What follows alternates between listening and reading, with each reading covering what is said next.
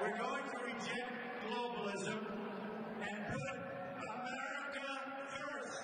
America first. And it's going to be America first from now on. We're going to put our country first. We're going to put our American workers first.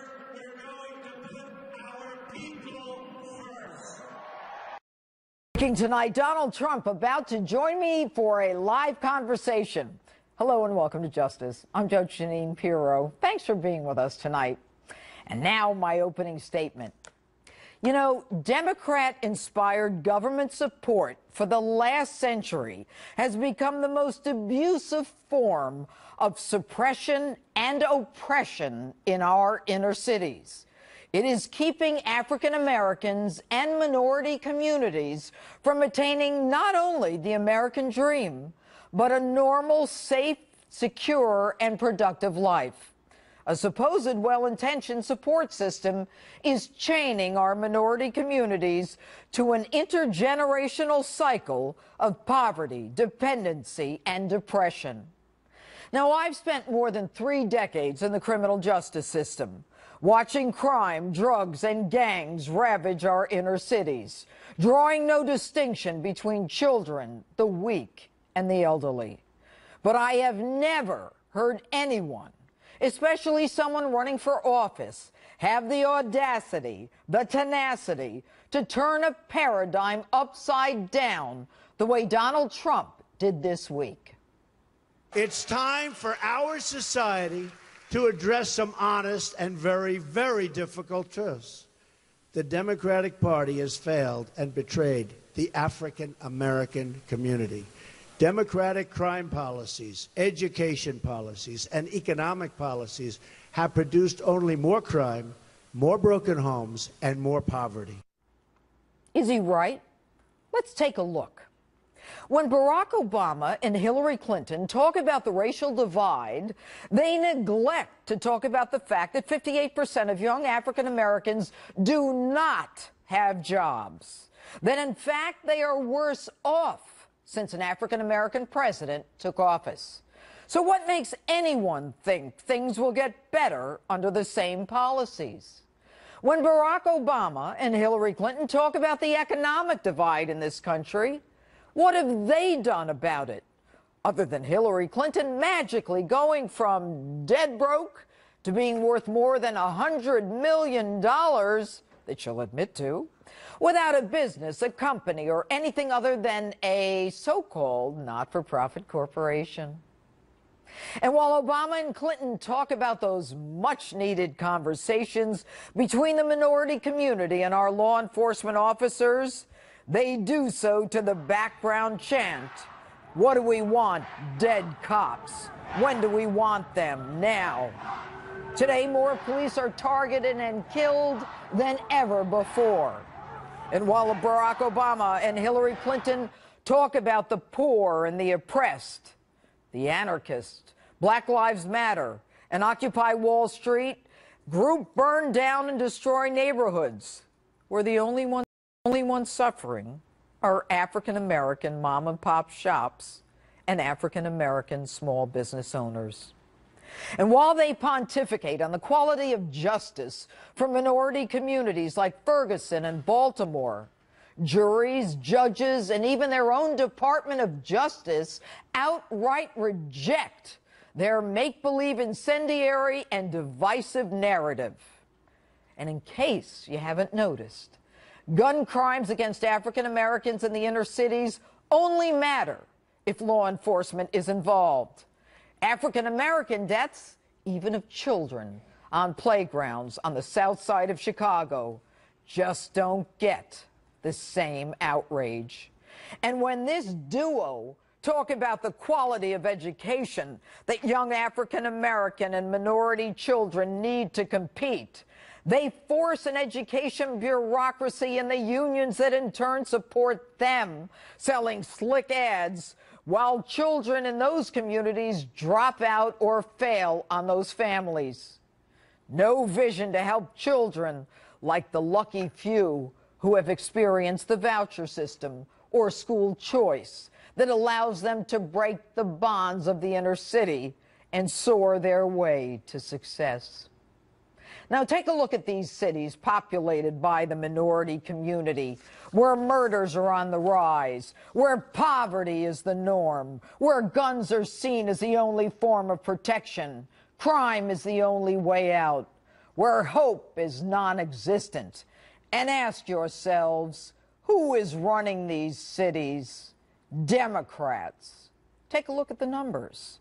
Chicago has had a Democratic mayor for the last 85 years. St. Louis, 67 years. Newark, 109 years. Milwaukee, 108 years. Baltimore, 49 years. And D.C., 41 years. All major cities, all where murders go up.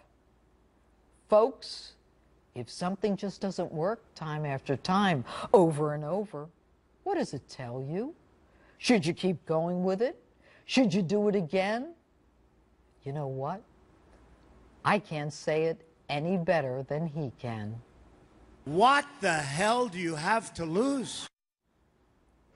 And that's my opening statement. Tell me what you think on my Facebook page or Twitter. Hashtag Judge Jeanine. And now, in a justice-exclusive, Republican presidential candidate Donald Trump joins me by phone. Good evening, Donald. Hello, Jeanine. You have had a banner week. I don't know how you do it, but you have given at least 4 or 5 major speeches. You have been to Louisiana. You just gave a speech this afternoon. And I couldn't help but focus on your Tuesday speech because it's my wheelhouse. So I want to ask you, do you believe that there is any chance for the inner cities to survive in light of where they are today? Not with the people running them that are running them today, Jeanine. I mean, I know some of the people that actually are running them, and they couldn't care less. They just want the votes, and then after they get the votes, it's back to business as usual with special interests, and it's just not going to work. And the African-American people have been absolutely mistreated and abused by Democratic politicians who have taken advantage of them. And, you know, it was in my speech, and I really sort of just was reading the statistics where you have 40% that are living in poverty, 58% of the students, I mean, the young people, they can't get jobs. And, you know, it's just like a total catastrophe. The unemployment rates, everything is bad. No health care, no education, no anything. No anything. And poverty is unbelievable. And then I said, hey, wait a minute. Vote for me. What do you have to lose? I can't do worse. You can't do any worse than what these people have been doing, and I will do better. And actually said that if you vote for me the next time in 4 years, I'll get 95% of your vote because you're going to see such a big improvement. But I said to the African-American people in all of these cities, I just looked at those numbers there, atrocious that you just put up. I said, vote for me. What do you have to lose? But what would you do differently, Donald? Well, I'd get jobs. For one thing, we're going to, you know, you need jobs. I'd also create spirit. We have a president who is absolutely a divider. I call him the great divider. And there is so little spirit, and there is such great division, and we need a cheerleader. I thought he was going to be a cheerleader. He's not a cheerleader. I mean, look at, as an example, he's up playing golf with his friends and doesn't know what's happening down in Louisiana. I was there. And I want to say it is so sad when you look at these houses that are absolutely destroyed. Even though they're standing, they have to be taken apart and put back together again. Well, I have to tell you, Donald, my family lost a house in a flood, and it is horrible. But I did see there was a gentleman in Louisiana. It was on the internet. He was crying because he met you, and he couldn't believe that you actually went there and that he actually had the opportunity to meet you. But, you know, the president had no plans to go to Louisiana. And then after you were there yesterday, we now hear that he plans on going there next week. Do you think you shamed him into going? Well, I don't know about that. Perhaps so. I'm not looking to have done that. But I will say this. I think next week is too late. Tuesday is too late. He's going to go on Tuesday. And I just think that you go. What you do is tell your golf buddies tomorrow morning that you won't be able to make it. Hop in the plane, you know, nice 747, very old, a lot of fumes pulling into the air. But nevertheless, hop into the plane and go down to Louisiana and see what's going on, because it is a mess. And the Army Corps of Engineers could have solved a lot of it. You know, they were telling me one of the big problems, the Army Corps of Engineers, under his jurisdiction for a long time, almost 8 years, had they done certain changes that everybody has been begging them to do, the floods would have been at a much, much lower level. And you would think after Katrina that they would have figured this stuff out. Well, they just couldn't get them to move. They said they couldn't get them to move. They wouldn't do it. They just couldn't get them to move. And you know, that's government, unless you have a leader at the top. All right. I'm going to ask you one last kind of fun question. Go ahead. All right. As you prep for these debates, who's standing in for Hillary? Well, you know, so far I have not really given it too much thought. I didn't prep for the other debates and the primaries. I studied for them, but I didn't really prep per se. I guess the standard thing is you'd have to. You would be a very, very good. You are something. I was going to offer myself up, but I work for Fox, and everybody knows I love you, so everybody knows we're friends. But I'm not blonde, so I don't think it would work.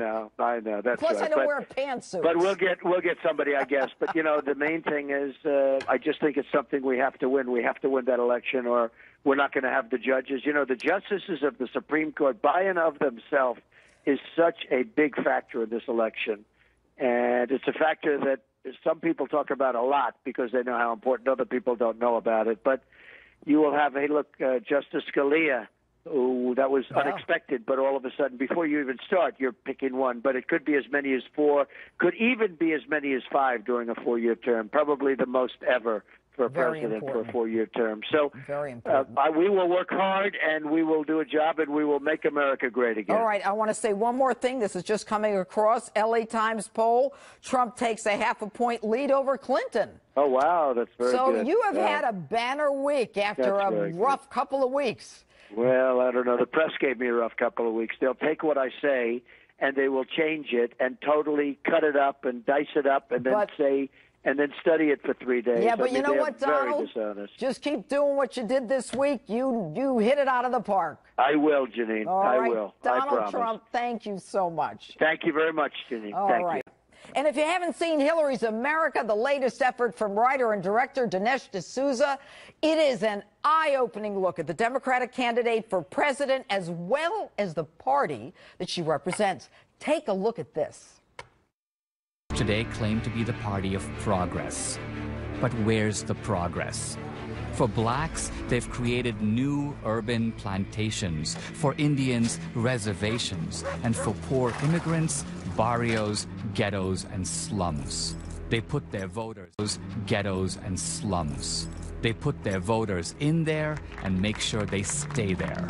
The only progress we see is progress for them. More wealth, more power, more control over America and over our lives.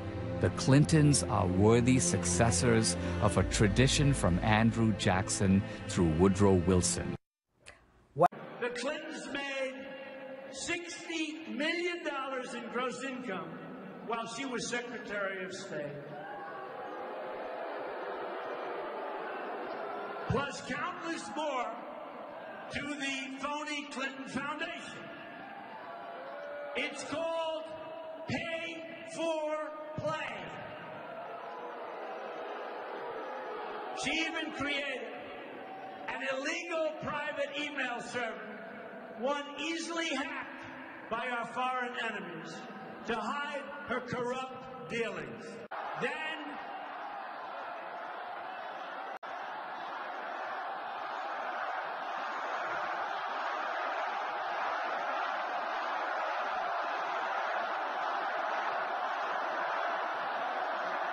she deleted 33,000 emails to try and cover her tracks. These were the emails for the wedding and for yoga classes. A Trump administration will end the government corruption once and for all.